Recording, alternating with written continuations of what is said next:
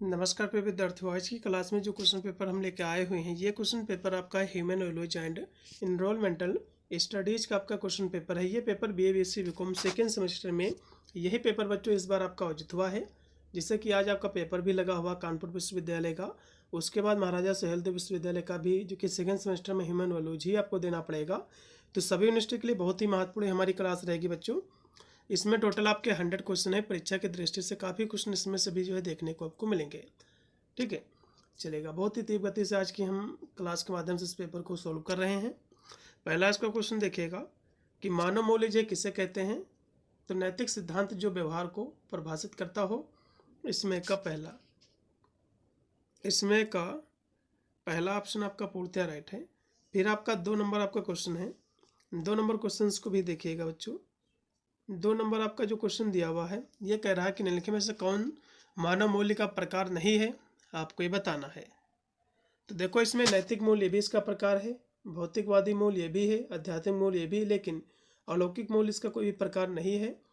इसमें का चौथा फिर है कि 7 पापों की अवधारणा मानव मूल्य से संबंधित किसने जो है दी थी बच्चों। तो 7 पापों की अवधारणा गांधी जी ने दिया है। ये पॉइंट आपको याद रखना है, एग्जाम में क्वेश्चन बनेगा। उसके बाद आपका 4 नंबर क्वेश्चन कि व्यवसाय प्रबंधन में मानव मूल्य का क्या महत्व है, आपको बताना है। तो यह जो है नैतिक निर्णय लेने को जो है सुनिश्चित करता है। इसमें का पहला भी 5 नंबर क्वेश्चन है कि नैतिक व्यापार प्रबंधन का मुख्य सिद्धांत क्या है। ठीक है, तो इसका सिद्धांत है ईमानदारी और जो कि अखंडता जो सुनिश्चित करना, या फिर जो है सत्यनिष्ठा सुनिश्चित करना। इसमें का बी ऑप्शन।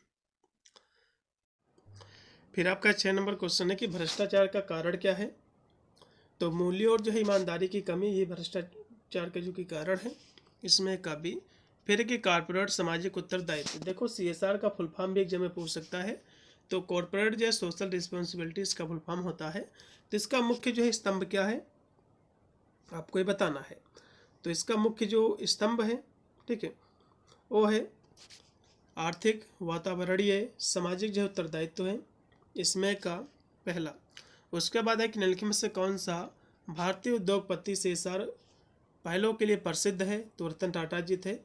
इसमें का भी। फिर है कि प्रबंधन में भगवद गीता की मुख्य शिक्षा क्या है, आपको ये बताना है। तो इसकी मुख्य शिक्षा जो है बच्चों, ठीक है, मुख्य जो शिक्षा है बच्चों, कर्म के माध्यम से नेतृत्व है। इसमें का आप लगाइएगा पहला। 9 नंबर क्वेश्चन का राइट आपका जो विकल्प रहेगा, इसमें का पहला है। फिर है कि समग्र निर्णय लेने का एक आवश्यक हिस्सा क्या है, आपको ये बताना है। तो ये इसका जो हिस्सा है वो है भावात्मक जो बुद्धिमत्ता है। इसमें का डी है। फिर आपका 11 नंबर क्वेश्चन की अंतर सांस्कृतिक मानव मूल्य का अर्थ क्या होता है, आपको ये बताना है। तो इसका जो अर्थ होता है वो होता है कि ऐसे मूल्य जो सभी संस्कृतियों में स्वीकार किए जाते हों। इसमें का बी है। फिर कि किस दार्शनिक ने वैश्विक मानव मूल्यों की अवधारणा को बढ़ावा दिया है। तो स्वामी विवेकानंद जी ने दिया है। इसमें का सी। फिर कि चरित्र निर्माण में सबसे महत्वपूर्ण भूमिका कौन निभाता है। तो कहोगे माता पिता और जो शिक्षक निभाते हैं। इसमें का चौथा। फिर है कि APJ अब्दुल कलाम के अनुसार मजबूत जो है चरित्र की कुंजी क्या है, क्वेश्चन महत्वपूर्ण है। तो कहोगे मेहनत और जो है ईमानदारी है। इसमें का पहला। फिर 15 नंबर क्वेश्चन है कि सोशल मीडिया के प्रमुख नैतिक चिंता क्या है, इसमें आपको ये बताना है। तो नैतिक चिंता है निजता का, या फिर कह सकते हैं गोपनीयता का उल्लंघन है। इसमें का सी। उसके बाद आपका 16 नंबर क्वेश्चन कि साइबर नैतिकता मुख्य रूप से किससे संबंधित है, ये आपको बताना है। तो ये बच्चों जो संबंधित है ऑनलाइन व्यवहार और जो डिजिटल जिम्मेदारी से है। इसमें का भी। फिर एक निम्नलिखित में से कौन सा CSR का सिद्धांत नहीं है, आपको ये बताना है। देखो, कर्मचारी शोषण इसका कोई भी सिद्धांत नहीं है और सभी इसके सिद्धांत हो जाएंगे। फिर एक CSR का एक उदाहरण है, आपको बताना है। तो पर्यावरण जो प्रदूषण को कम करना है, CSR का एक एग्जाम्पल है। इसमें का चौथा है। फिर नैतिक निर्णय लेने में मुख्य जो है कारक क्या है, ठीक है। तो इसका मुख्य जो कारण है नैतिकता और जो जिम्मेदारी हो जाएगी।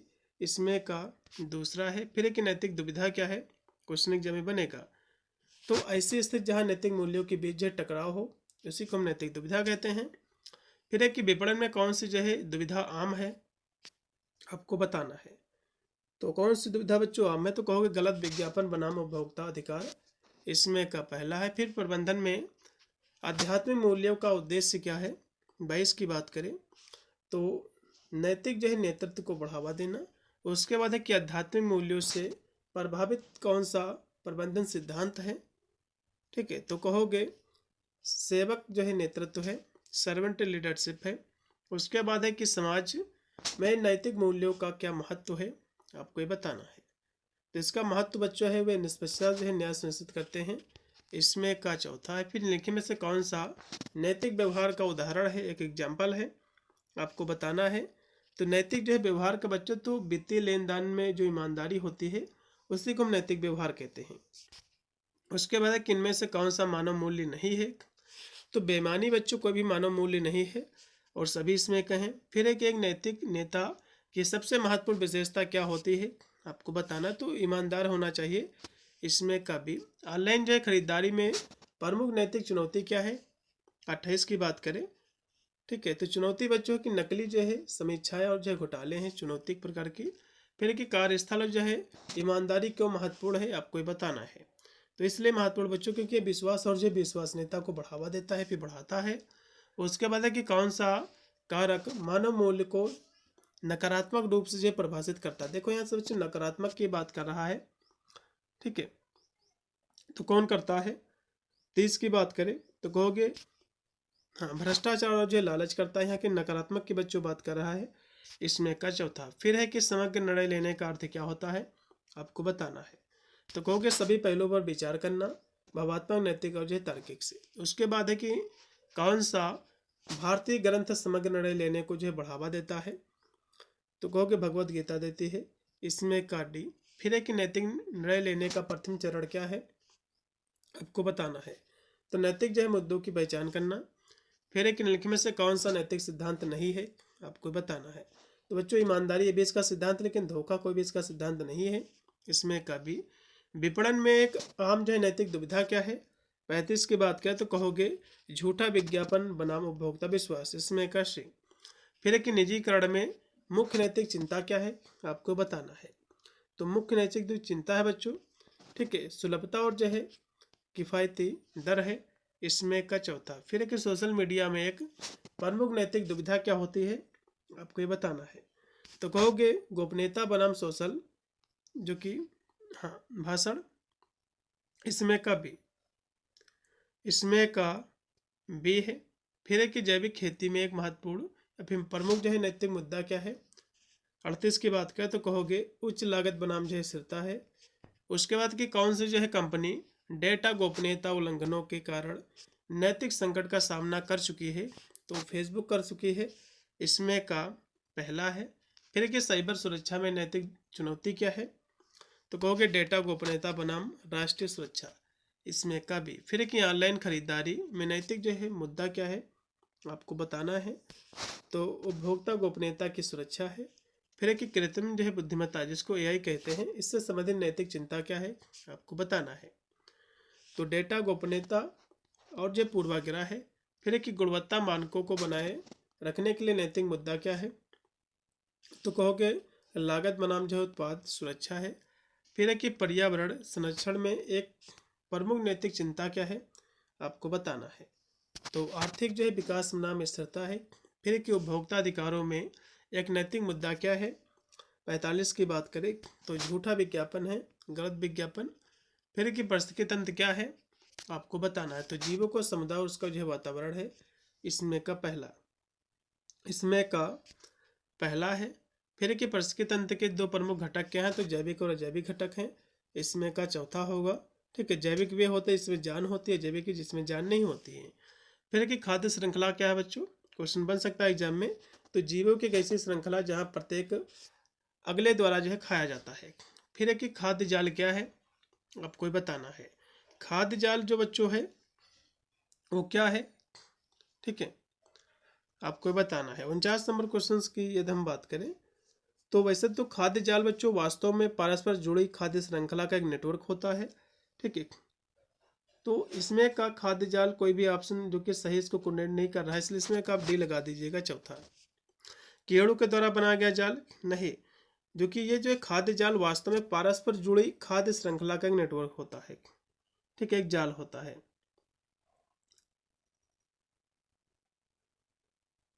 ठीक है, इसमें का दूसरा हो सकता है, लेकिन आप इसमें चौथा लगवाए, इनमें से कोई नहीं। फिर आपका 50 नंबर क्वेश्चन की जैव विविधता क्या है, आपको ये बताना है। तो पृथ्वी पर जीवन की विविधता है, इसमें का दूसरा। फिर आपका क्या नंबर क्वेश्चन की जैव विविधता के प्रकार क्या हैं, आपको ये बताना है। तो इसके प्रकार में आपके अनुवांशिक, प्रजातीय, पारिस्थितिकी, तंत्र विविधता, ये इसमें हो जाएंगे। प्रदूषण क्या है, आपको ये बताना है। तो पर्यावरण में हानिकारक पदार्थ का प्रवेश है। फिर एक निम्नलिखित में से कौन सा प्रदूषण का प्रकार है, तो सभी इसके प्रकार है, जल प्रदूषण, वायु प्रदूषण, मृदा प्रदूषण, सभी। फिर एक सतत विकास का बच्चों लक्ष्य क्या है, तो बिना भविष्य की पीढ़ियों को नुकसान पहुंचाए वर्तमान की आवश्यकताओं को पूरा करना, इसकी परिभाषा ही है। फिर एक सतत विकास का निम्न में से कौन सा सिद्धांत है, आपको बताना है। तो इसका बच्चों जो सिद्धांत है, ठीक है, सिद्धांत है प्राकृतिक संसाधनों का संरक्षण है। इसमें का दूसरा। फिर चक्रीय अर्थव्यवस्था की अवधारणा क्या है, आपको बताना है। तो इसकी व्यवस्था बच्चों है कि कचरों को कम करना, संसाधनों को पुनः उपयोग करना, इसमें का पहला। फिर है कि कौन सी बच्चों गैस ग्लोबल वार्मिंग में सबसे अधिक योगदान देती है, तो CO2 देती है, कार्बन डाइऑक्साइड। फिर है कि जैव अपघटनीय कचरे का प्रबंधन करने का सबसे अच्छा तरीका क्या है, तो कहोगे खाद बनाना। फिर देखिएगा कि निम्नलिखित में से कौन सी नवीकरणीय ऊर्जा स्रोत है, आपको बताना है।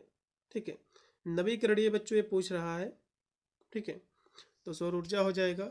इसमें का अगला देखिएगा कि जल संरक्षण का सबसे अच्छा तरीका क्या है, तो वर्षा जल संचयन है। उसके बाद कि निम्नलिखित में से कौन सा वायु प्रदूषण का मुख्य कारण है, आपको बताना है। तो वायु प्रदूषण का जो मुख्य कारण हो जाएगा, ठीक है, वो हो जाएगा जीवाश्म ईंधन जलाना। इसमें का फिर सतत विकास के लक्ष्यों की संख्या कितनी है, तो 17 इसके लक्ष्य बच्चों रखे गए हैं। 2030 तक इसको पूरा करने का टारगेट है। फिर एक निम्नलिखित में से कौन सी वन संरक्षण की जो विधि है, आपको बताना है। वन संरक्षण की जो विधि है वनीकरण है, मतलब जो है वनों को लगाना है। फिर एक निम्नलिखित में से कौन जल प्रदूषण का कारण बनता है, आपको बताना है। तो औद्योगिक कचरे का जो है नदियों में बहाव है। फिर है कि ओजोन परत के क्षरण के लिए कौन सी गैस जिम्मेदार है, तो CFC है, क्लोरोफ्लोरोकार्बन्स है। फिर एक निम्नलिखित में से कौन सा गैर नवीकरणीय संसाधन स्रोत है, आपको बताना है। गैर नवीकरणीय बच्चों पूछ रहा है, आपको बताना है। तो गैर नवीकरणीय में आपको कोयला हो जाएगा, इसमें का पहला। उसके बाद है कि ग्रीन हाउस प्रभाव का मुख्य कारण क्या है, तो ग्रीन हाउस गैसें जैसे कि CO2 और मीथेन की वृद्धि। फिर कि ठोस कचरे के प्रबंधन के लिए सबसे अच्छा तरीका क्या है, तो इसके लिए बच्चों पुनर्चक्रण जो है खाद बनाना है। उसके बाद है कि स्थायी कृषि के लिए कौन सा तरीका सबसे अच्छा है, आपको बताना है। तो सबसे अच्छा इसका जो बच्चों तरीका आपका हो जाएगा, वो हो जाएगी जैविक खेती। फिर है कि कौन सा अंतर्राष्ट्रीय समझौता जलवायु परिवर्तन पर केंद्रित है, तो पेरिस समझौता, कीटो प्रोटोकॉल, ये दोनों हैं, इसमें का डी। फिर है कि भारत में पर्यावरण संरक्षण अधिनियम में कब बच्चों पारित हुआ, यह क्वेश्चन तो आपके एग्जाम में जरूर देखने को मिलेगा। कब पारित हुआ था बच्चों, 1986 को, इसमें का भी। फिर कि भारतीय संविधान के अनुच्छेद में जो है स्वच्छ पर्यावरण का अधिकार जो है शामिल है, किस अनुच्छेद में शामिल है, अनुच्छेद 21 में है, इसमें का तीसरा लगाओ। फिर है कि पर्यावरण प्रभाव आकलन, जिसको हम EIA कहते हैं, इसका मुख्य जो उद्देश्य क्या है, तो कहोगे परियोजनाओं का पर्यावरणीय प्रभाव का विश्लेषण करना। फिर है कि वन्य जीव संरक्षण अधिनियम किस वर्ष से लागू हुआ, आपको बताना है। तो कहोगे 1972 को, इसमें का पहला है। फिर है कि जल अधिनियम जो कब पारित हुआ, आपको बताना है। जल प्रदूषण निवारण जो कि नियंत्रण अधिनियम, तो ये बच्चों पारित हुआ तो 1974 को, इसमें का डी।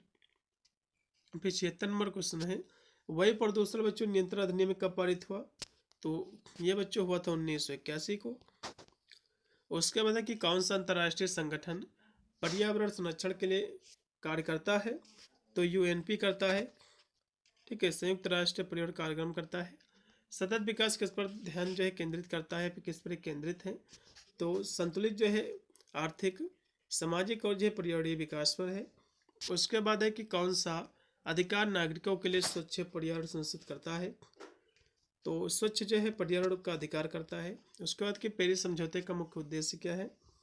तो वैश्विक जो कार्बन उत्सर्जन को कम करना है। 81 नंबर क्वेश्चन, के क्योटो प्रोटोकॉल किससे संबंधित है, आपको ये बताना है। ये जो संबंधित है जलवायु परिवर्तन से, क्वेश्चन अभी मैंने आपको कराया भी था। फिर है कि भारत में कौन सा कानून वन संरक्षण को नियंत्रित करता है। ठीक है, तो वन संरक्षण अधिनियम करता है। ठीक है, 1980 इसमें का पहला है। फिर एक निम्नलिखित में से कौन सा जल प्रदूषण का जैव संकेतक है। ठीक है, तो बैथिक माइक्रो इसमें का सी। उसके बाद है कि उच्च जैव रसायन ऑक्सीजन मांग क्या इंगित करता है, आपको ये बताना है। तो जैविक प्रदूषण का उच्च स्तर इसमें का बी। फिर कि पर्यावरण प्रबंधन प्रणाली का मुख्य उद्देश्य क्या है, आपको ये बताना है। इसका बच्चों जो उद्देश्य हो जाएगा पर्यावरणीय प्रभाव को कम करना है, इसमें का तीसरा है। फिर पर्यावरण जो है प्रबंधन प्रणाली कार्यान्वयन के लिए कौन सा अंतर्राष्ट्रीय मानक समानता उपयोग किया जाता है, आपको बताना है। इसके लिए जो है ISO जो कि 14001 इसमें का दूसरा है। फिर है कि पर्यावरण प्रबंधन प्रणाली को लागू करने का पहला चरण क्या है, आपको ये बताना। तो कहोगे पर्यावरण जो है नीति का विकास करना। फिर है कि पर्यावरण जो है प्रभाव आकलन का मुख्य उद्देश्य क्या है।